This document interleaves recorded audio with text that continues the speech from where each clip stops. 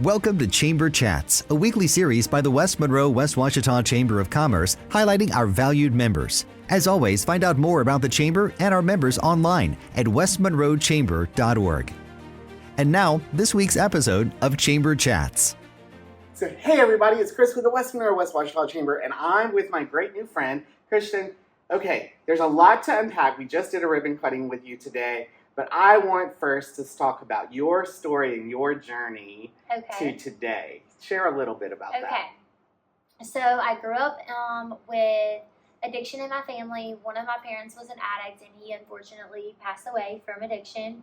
And about age 15, I took that path for myself. I got deeply rooted into the drug world, drug addiction. I began selling drugs. I actually began selling drugs and then got on drugs. And was a full-blown drug addict by age 15.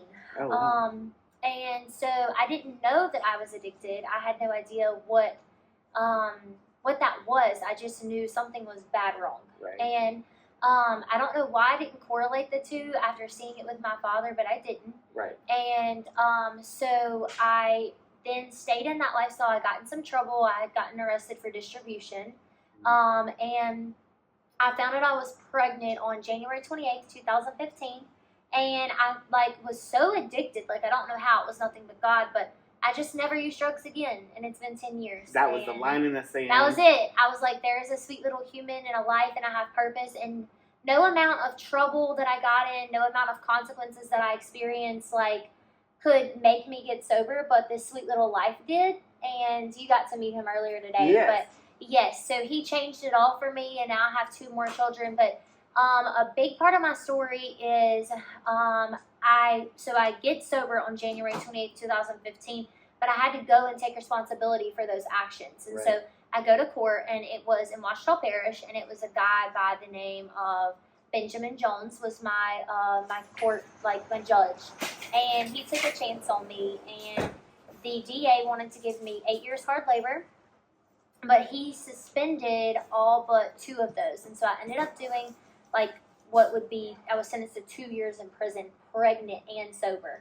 So I went to court knowing that I was going to prison. Yeah. And so I go, my little grandmother, you met her today too, she was in the courtroom, and it was very difficult, but I went pregnant. I gave birth to him in prison. That was not the plan. The judge was like, you're going to be out in time to give birth, with good time classes. Right. Something happened, and that didn't work out. But I got out on the day he turned a month old, and he's never left my side again. Yeah. And he has just been the light of my world, and I've stayed sober this whole time.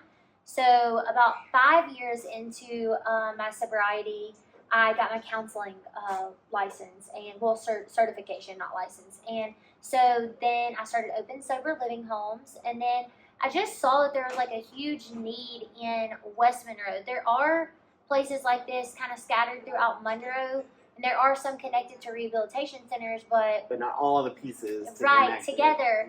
And I just saw that the people in my sober living homes were having trouble getting their medicine one place, and then they were fighting DCFS cases in another place, and then they were seeing another place for therapy, and then they were going to IOP at a rehab. And I was like, I think we could do that better. I think we could make that all happen in one place. And so obviously we've only been open 3 weeks, but it has been very surreal, very fast-paced, very quick, and I'm really excited for us to just grow and begin to You're meeting that need where they are. Yes. And being along with them for the whole walk. Yes. Yeah. And I'm really excited to, even since today, our phones have started ringing a lot more since our ribbon cutting earlier, and we've got several assessments tomorrow for people outside of our circle Right. that are just heard of us and want to come here for intensive outpatient. Yeah. So it's beautiful.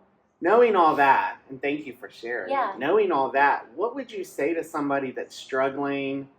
All these things are happening in their heart, and they're struggling with addiction needs. What do you want them to know about this place? What do you want to know about Arise? I think if I had one thing that I could say would be just don't give up. Do not give up. Reach out. There are people out here that want to help you, that want to see you succeed, that will love you and support you and will be here for you throughout anything. I have a person who's close to me who is actually recently sober and has found out since becoming sober that she is battling stage 3 breast cancer, and she remained sober. You met her today as well, and she remained sober through that. And it's those things that we want to help people. You need the through. network. You need the You need the support. Sober livings create 86% success rates in individuals that are together. They have that support. They have the support of their peers, and if one falls down, the other one's going to hold them accountable. Right. And in that living quarters, so that they can all be together all the time. They wake up together. They do all of those things that really just create a support that, yes, they could live with mom or dad if they haven't destroyed that relationship, which Right. a lot of times that's the story. Sure. Or they could live with husband or wife. But you need that new independence. But you do. You need that, and you need to be able to be around people that are going through the same thing that you are, and then to be able to come to a place. And so when I first opened Sober Livings like 5 years ago, I was seeing that although people were getting that support, they needed clinical care separately from that. Right. And they were getting it. Some of them were choosing to get it at places, but I think it's just really amazing to be able to not force upon them, but offer, if they so choose to receive clinical care, they have it.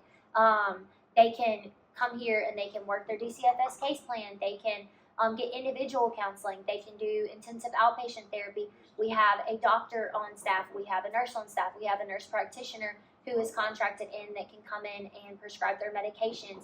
We have all of that all in one place so that they're not having to go to all these different places. That's overwhelming for someone who hasn't made a doctor appointment in 10 years and is needing just a one-stop shop for everything. Right. And people who truly care, and I truly care, and I'm only going to hire people who operate in that level of excellence. Right. So, yeah. I'm so proud of what you're doing, and thank you so much. Your investment means a lot. It means a whole new opportunity for someone that's lost hope or feels disillusioned or has been turned away, because it's very hard to give up when you hear no so quickly. Yes. And so what y'all are doing by saying yes is just a big deal. It's a game changer. It is. So I appreciate that, and we're so proud of you and welcoming you to the community. And thank you for sharing your story today. Thank you so much. Well, join us next time on another edition of Chamber Chats, where we highlight other members in our community. Thank you. That's it. Okay.